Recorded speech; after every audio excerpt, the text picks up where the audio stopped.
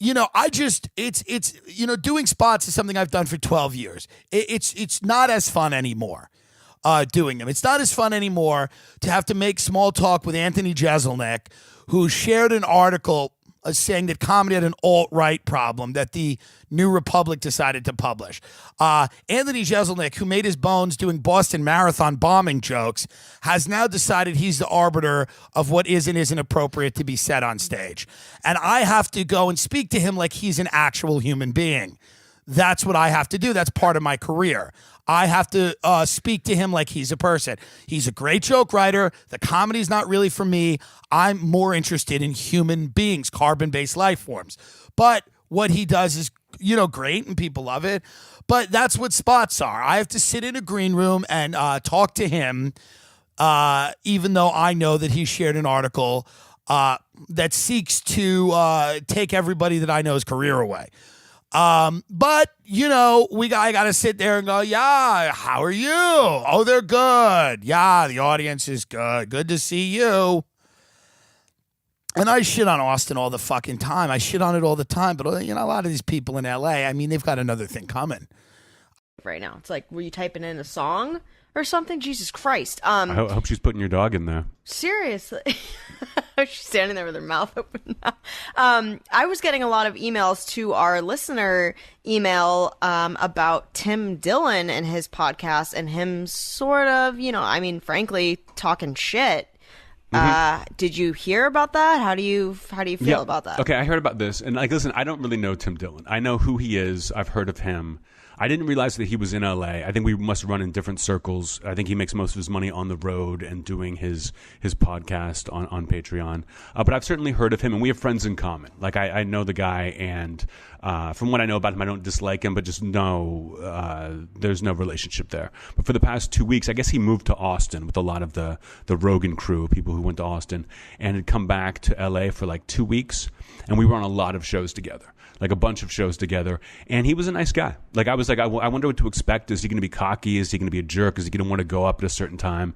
And he was just very nice in the green room, polite, didn't make a big deal of anything. I never really watched his set, but I had to bring him up a couple times.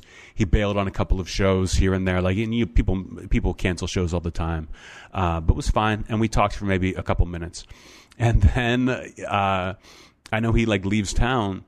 And I come home from, I guess I was doing my last bit of shows, and I see on Twitter someone's like, wow, Tim Dillon just trashed Jeselnik, awesome. And I'm like, well, he did, on stage? What's going on? And I listened to the first 5 minutes of his latest podcast.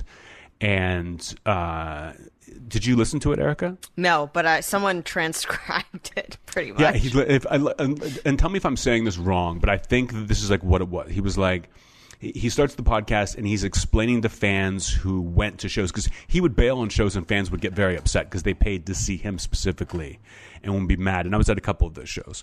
So he starts the podcast explaining why, when it's not his show, if he's not doing an hour, it's not as important to him. And sometimes he has to miss it for, maybe he just goes to a restaurant, maybe some friends call him up, whatever.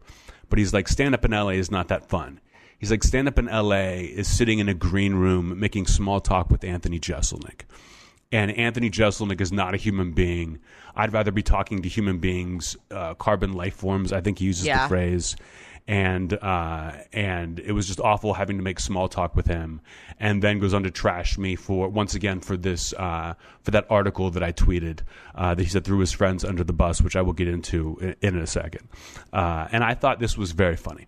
And I don't know, maybe he goes on later on in the podcast and comes back at me, but I just thought it was so funny for someone to be polite and nice and have ample opportunity to say anything to me that he wanted. The small talk was how's the crowd? All these outdoor shows are weird, huh? Very simple, I'm being polite because I don't know you and we're in a room together, just the two of us, or one other person, that it would be awkward if I said nothing. But I don't know, Greg, back me up on this. I'm not Johnny Small Talk.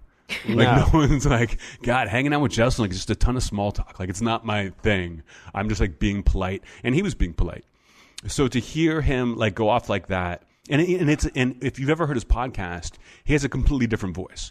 I assume it's a character. I don't know if he does the same thing on stage, but it sounds almost like a Rush Limbaugh type, like bombastic, like everything is, it's like, it's very, he's an entertainer and he's entertaining. So to hear him go from like, yeah, the crowd was good. Yeah, it's a little cold out, whatever. To this, like screaming into the mic about how awful it is to make small talk with me. People are like, are you mad? Is there a beef? There is no beef. I got to tell you, and maybe this causes beef, I am flattered. I am flattered that someone would not like me, be nice to my face all week, and then wait till they left the city to record a podcast talking about how awful it is to make small talk with me. And listen, I'm not the best person to be in a green room with. I'll admit that. Maybe if people have been like, you're not really like a normal human being, I'll take that as well. But I was flattered that he waited until he left. And I'll probably never see the guy again. So I do not care. You probably I thought will. It was funny. Don't we you might run think? into each other. And listen, if we run into each other again, like my friends were like, what? Because I have friends who he has gone after on his podcast before who've talked about it. Just been like, it's weird. This guy just like started yelling about me and his fans are tweeting at me. So I told my friends, I was like, yeah, I got Tim Dillon. Tim Dillon talking on the podcast. And they were like, what are you going to do if you see him again? And I was like, oh, I'm for sure going back into the small talk.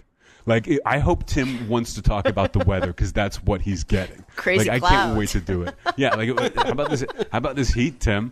Huh? Can you believe it? Hasn't rained in a while, Tim. Like, I don't care. I think it's funny.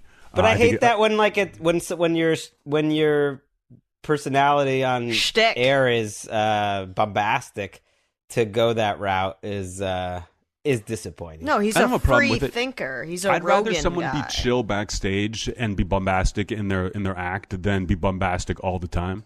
I'll go with that. And like, he did nothing that upset me all week at all. That I don't care. And what he said didn't bother me. Like, it's weird. We must have talked for 3 minutes total over like the 2 weeks we were in there, and it couldn't have been more banal. That I just thought it was. I thought it was very funny. He sees you as like a good target, or like someone that his fan base is gonna enjoy him punching at. Sure, they seem to enjoy it. I'm sure there's overlap in our fans a little bit. That's fine, but he might have a point. Okay, because talking about this article. And I've talked about this article a couple of times on the podcast that I tweeted out an article months and months ago. I mean, I don't know how long ago it was with the pandemic thing going on, but it was like February. It was a long time ago. Like, it seems like forever ago. And I go on a podcast like a week or so ago. This guy, like whenever I do a podcast, everyone starts asking me. And sometimes I just forget that I don't like doing them that much, and I say yes. So I had done Bobby Lee's podcast, which was fun to do. And then, polarizing though, you look at the comments on Bobby Lee's podcast, people either into it or think I'm insane for just like staring at him the entire time. They're like, he didn't laugh at Bobby's jokes, he's being a jerk. It's like, I did my best. I like Bobby, but I did my best. But this guy, Jeremiah, a guy from the Comedy Store, was like, will you do my podcast? And I'm like, sure. I'll kind of, and it's like, at this point, I'm like almost like doing him a favor. It's just a silly, weird, improvisy podcast. And I get there, and he's like, hey, man, I take questions for the guest. And a lot of people asked to talk about Big J. Okerson, who was mentioned in that article. He's like the one friend of mine who was in that article I tweeted who was upset about it. And I haven't really talked to anyone about this at all. No one's really... I don't want to say cared's the wrong word, but like my friends aren't in that world and like don't understand it. So it was just like there's been no talk. And I've had a friend be like, don't talk about this ever. Don't ever bring it up. You just tweeted it. You didn't make any comments. Like, don't say anything about it. It'll go away. It's fine. But he says people have been asking about this, and I'm like, you know what? I can clear this up so easily.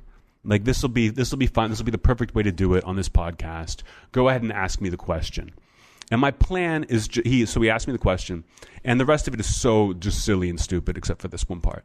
And my plan is just to go, listen, I read an article about stand-up. I thought it was interesting. I tweeted it out. I didn't give it a lot of thought. I'm sorry I hurt my friend. He's upset. But like, it wasn't a vendetta. It wasn't a hit piece. Like, I don't really know the people involved. I just kind of liked the article and tweeted it out. But then I keep talking. I keep talking, and I keep talking about the people who were in the podcast, and I'm getting everything wrong. Like after the fact, it got published like a couple days ago, and after the fact, like I thought they had Alex Jones on the podcast. Alex Jones has never been on the podcast. I don't know why I thought that, but I was like sure of it. And I got people's names wrong, like totally wrong. That I was like I realized I truly do not know what I am talking about. So I walk back all of this. I regret tweeting this article out so much that I almost want to do it again, just to like punish myself for doing it. That like I didn't reread the article. I didn't educate myself on the people in the article. I just started talking out of my ass. And people, I'll say this.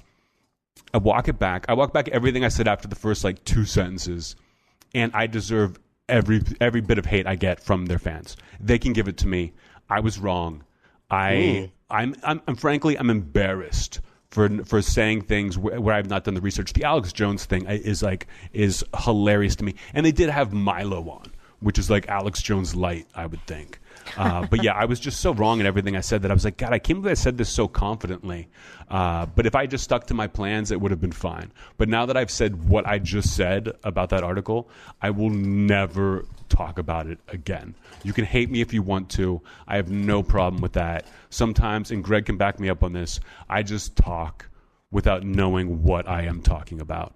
And it happens on this podcast quite a bit where you're telling a story that I was involved in. And I have such a bad memory. It's not like I'm going to disagree with you. Yeah, this is not a good example. But it is. I pretty much know that like he's getting all these facts wrong, but it doesn't matter for the sake of the story. I'm not gonna tell him. You know, Jeselnik lives in his world sometimes. That's right. I do. And I enjoy the sound of my own voice. Maybe it's the pandemic. I've been lonely, so when I start talking to people, I overshare. And my manager has always been like, you should get media training because you were so bad when you talk to a journalist and you just like keep on talking and dig yourself into these holes that if you knew just to go on and promote what you're going to promote, you would be better at this. But as a comedian, I'm like, I should be free to go ahead and say whatever I want. But I do everything stopping short of an apology. Walking back. You pretty much just did it. That was pretty good. Thank I haven't heard anything quite like that. But I don't feel too bad about annoying listen, guy. Nothing else. People can get mad. It's fine. There's no beef between me and Tim Dillon. Like I truly think it's funny, and I don't know if he's like truly upset or just doing it for content. If I had to do 3 podcasts a week by myself, I would yell at all kinds of different people. One thing I noticed at that show, by the way, was like, and it made me think of you. There was a lot of comic complaining about cancel culture, which like just isn't even like there were some there that were like not my cup of tea, but there were some like really good comics that I enjoyed most of their set and they were awesome at it, but there was still some of that complaining about cancel culture, which was like very repetitive when you're seeing like 6 or 7 in a row. I know. I mean, I don't like it. I'm on the record as I don't believe in cancel culture, and I don't know why people complain about it, but they do. So yeah, everyone knows where I stand on the old cancel culture.